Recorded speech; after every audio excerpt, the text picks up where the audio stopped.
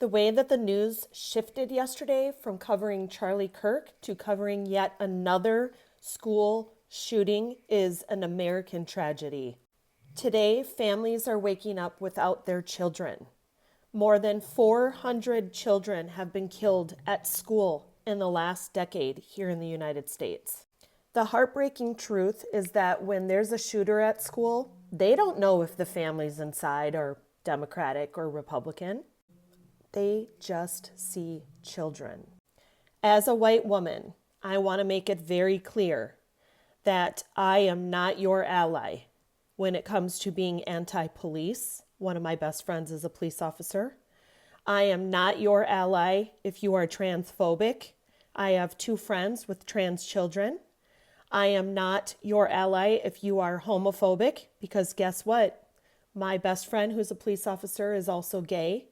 And I am not your ally if you are against immigration and treating humans with dignity.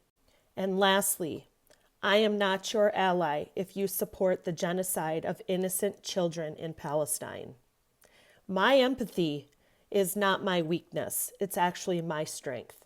My family is a veteran family, and my family suffers the consequence of service to this country every single day. And my family is suffering from PTSD now more than ever. PTSD from Desert Storm now more than ever, because the environment that we are living in here in Los Angeles with the National Guards here and the Marines were here. I'm not kidding. This is why I cannot understand the violence that's going on here in the United States or abroad. I've seen many creators and people on the news saying, oh, this is war because of what happened yesterday with Charlie Kirk. Well, I hate to break it to you, we're already at war. We're at war with our neighbors and our family members and our children because we are not talking because of politics. We are going wrong in our nation, not just with policy, but with our lack of connection. We don't travel. We do not read books.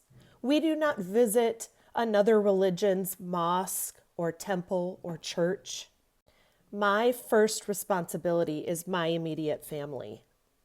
And yesterday I came home to kids that talked about yet another school shooting.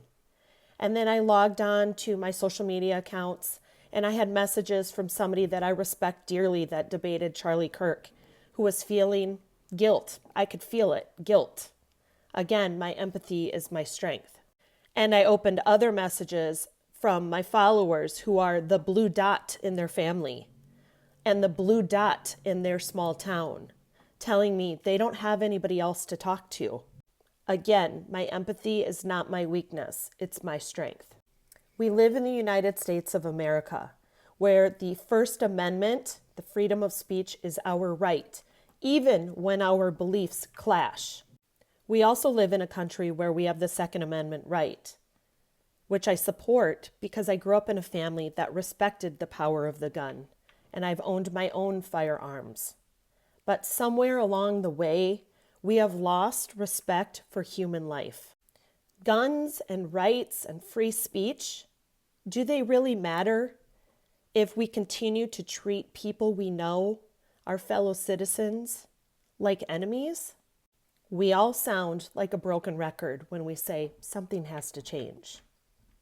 Something has to change.